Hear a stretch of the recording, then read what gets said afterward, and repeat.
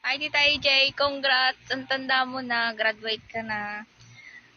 Sana ayun, libre mo na ako ng McDo pag umuwi ka dyan. Congrats. Wala kita. Wala tulog pa yung Sukiko family mo. So, ako na lang muna. Congrats to. Love you so much. Katapusan muna. Bye!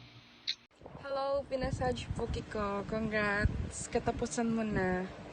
Mahal na mahal kita. Mag-iingat ka palagi. Libre mo na ako. Samji tayo.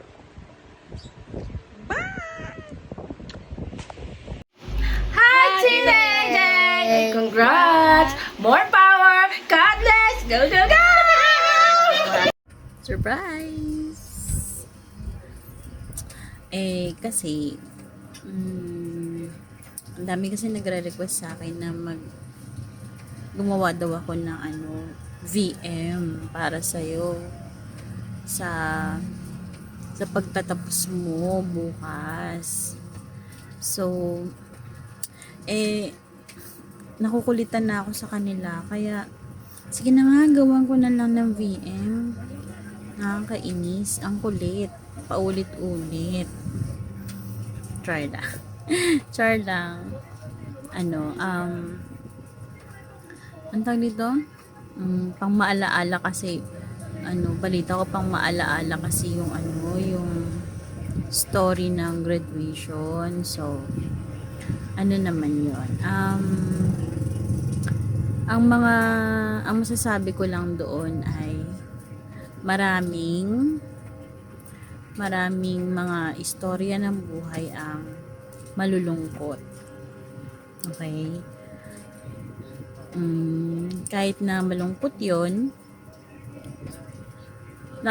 nairaos mo naman, di ba? Kita mo nga, nandiyan ka na ngayon. Naka-survive ka naman. So, may mga ganun talaga. Hindi kumpleto ang buhay pag puro saya. Hindi kumpleto ang buhay pag hindi kumpleto ang kwento ng buhay natin pag walang survival chenes. Anong tawag doon? Anong tawag doon? Sorry, na-lost ako. Wala kasi akong script. Char lang. Pag wala yung ating survival mode. So, yung mga naranasan nating hirap noon, kahit ngayon, maraming mahirap. Pero, ang iisipin mo na lang, hindi ka kasi pwedeng bumalik sa mga hirap na naranasan mo. Kasi, nakasurvive ka eh. Diba? So, yun yung dapat may pagpasalamat.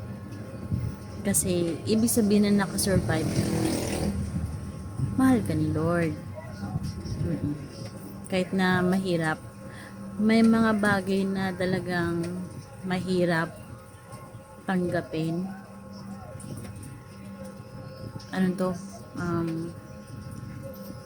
True to. Kasi syempre kahit sa akin, maraming mga bagay na nangyari na talagang hindi mo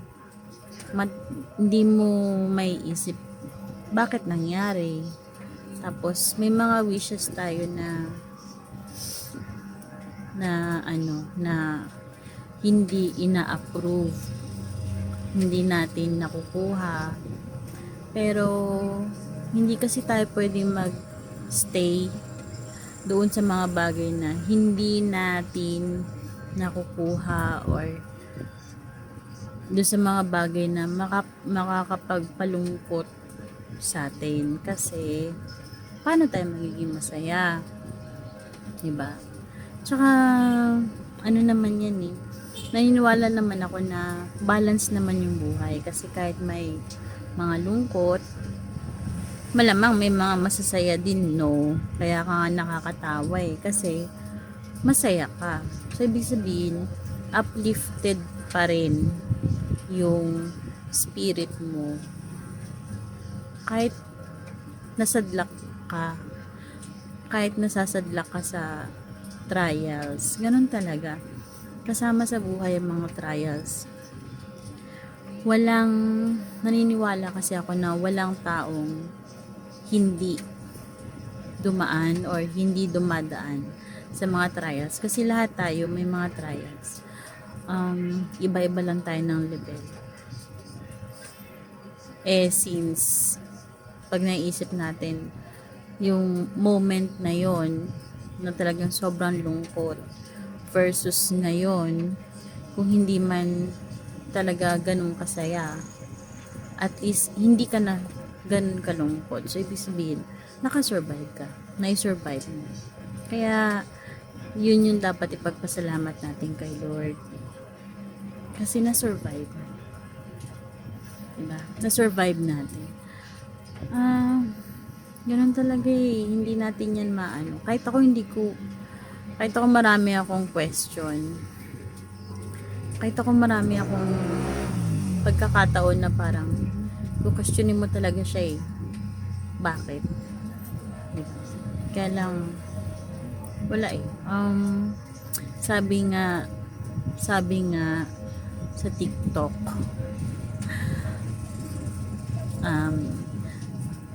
kung may mga bagay na binibigay sa'yo na nakakapagpalungkot sa'yo, may mga bagay din naman siyang binibigay para maging masaya ka.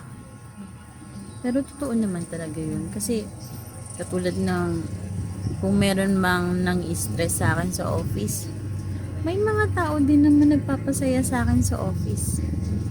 Ganun, hindi ko alam. Basta, o kaya pag kung hindi man masaya yung araw na yun sa office, pag lumabas na ako ng office, yung mga smile lang ng mga tao na hindi ko kilala, malaking bagay na kasi yun. So parang, alam mo yun,